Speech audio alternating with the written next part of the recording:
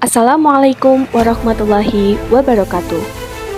Rekan-rekan, pernahkah kita berpikir sebagai seorang calon pendidik tentang perjalanan pendidikan di Indonesia? Atau apakah pendidikan di Indonesia tidak pernah berubah? Dan setelah kemerdekaan Indonesia dideklarasikan, apakah peserta didik kita juga ikut merdeka? Pada topik 1, kita akan mempelajari tentang perjalanan pendidikan nasional di Indonesia untuk menjawab pertanyaan yang sudah saya sebutkan. Pendidikan di Indonesia dari masa ke masa, diawali dari masa kolonial. Rakyat Indonesia dididik seperlunya untuk menjadi tenaga kerja pemerintah kolonial. Rakyat Indonesia hanya dibekali keterampilan yang seperlunya seperti baca, tulis, dan hitung untuk membantu para pebisnis dalam menjalankan usahanya, serta menjadi tenaga kerja bagi kolonial untuk mengeksploitasi sumber daya alam di Indonesia, semata-mata hanya untuk kepentingan kolonial dan penjajah pada masa itu. Lalu muncullah berbagai gerakan nasional untuk meningkatkan pendidikan bagi rakyat Indonesia, agar rakyat Indonesia memperoleh pendidikan sepantas-pantasnya dan setinggi-tingginya, mulai dari Raden Ajeng Kartini yang mendirikan sekolah Kartini pada 1903, lalu munculnya organisasi Budi Utomo pada tahun 1908, lalu Taman Siswa yang didirikan oleh Ki Hajar Dewantara pada tahun 1922. Setelah proklamasi kemerdekaan, pada awal masa kemerdekaan, rakyat dididik untuk menjadi warga negara yang patriot dan sejati. Karena sistem pendidikan yang dijalankan sebelumnya berarah gaya barat. Oleh karena itu, banyak sekali warga Indonesia yang tidak mengenal budaya Indonesia sebagai identitasnya dan mereka senang sekali untuk memiliki gaya hidup yang kebarat-baratan.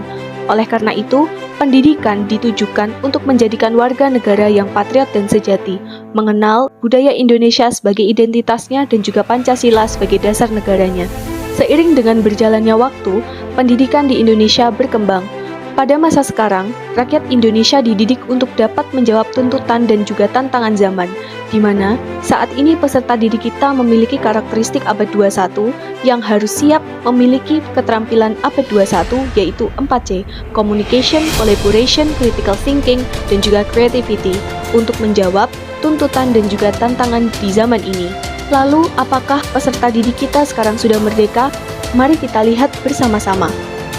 Dilihat dari seorang pendidik yang masih sangat terbebani dengan perangkat pembelajaran yang cukup banyak, sehingga mereka tidak memiliki waktu untuk mengeksplorasi kegiatan pembelajaran yang dapat memerdekakan peserta didiknya.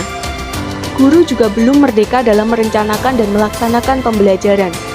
Karena di kurikulum 2013 yang sebelumnya diterapkan, kompetensi dasar, indikator, dan tujuan pembelajaran serta langkah-langkahnya sudah ditentukan di dalam buku, sehingga guru terpaku ke dalam buku untuk melaksanakan pembelajaran.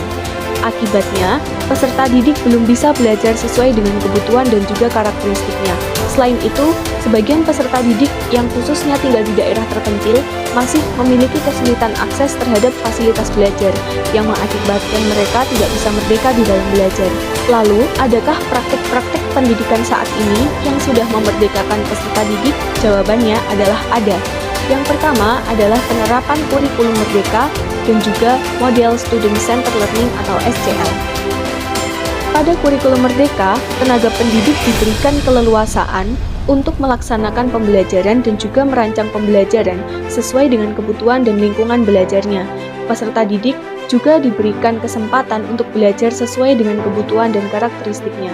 Lalu, model student-centered learning dapat mendorong partisipasi aktif peserta didik di dalam pembelajaran untuk memperoleh pengetahuan baru dan membangun pengetahuan di dalam kognisinya, dengan cara mengaitkan pengetahuan yang sudah mereka ketahui dan juga pengetahuan baru yang baru saja mereka dapatkan. Lalu, adakah upaya lain untuk memerdekakan peserta didik kita pada saat ini? Jawabannya adalah ada.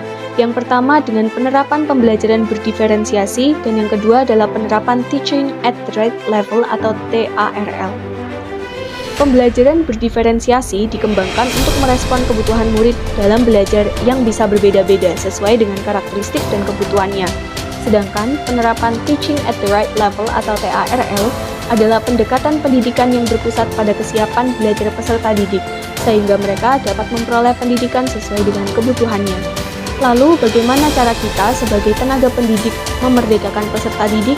Langkah awal untuk memerdekakan peserta didik adalah dengan memerdekakan gurunya sebagai tenaga pendidik dalam melaksanakan pembelajaran, dengan memberikan guru keleluasaan untuk dapat melaksanakan pendidikan sesuai dengan karakteristik peserta didiknya dan kondisi di sekitarnya.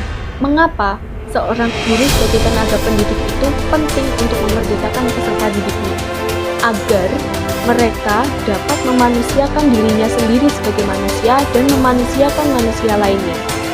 Bagaimana cara kita sebagai seorang pendidik dapat memerdekakan peserta didik kita? Jawabannya adalah dengan menjadi seorang guru profesional yang mampu mengelola kelas dan memberdayakan peserta didik di dalam pembelajaran. Karena itu adalah kunci untuk memerdekakan peserta didik.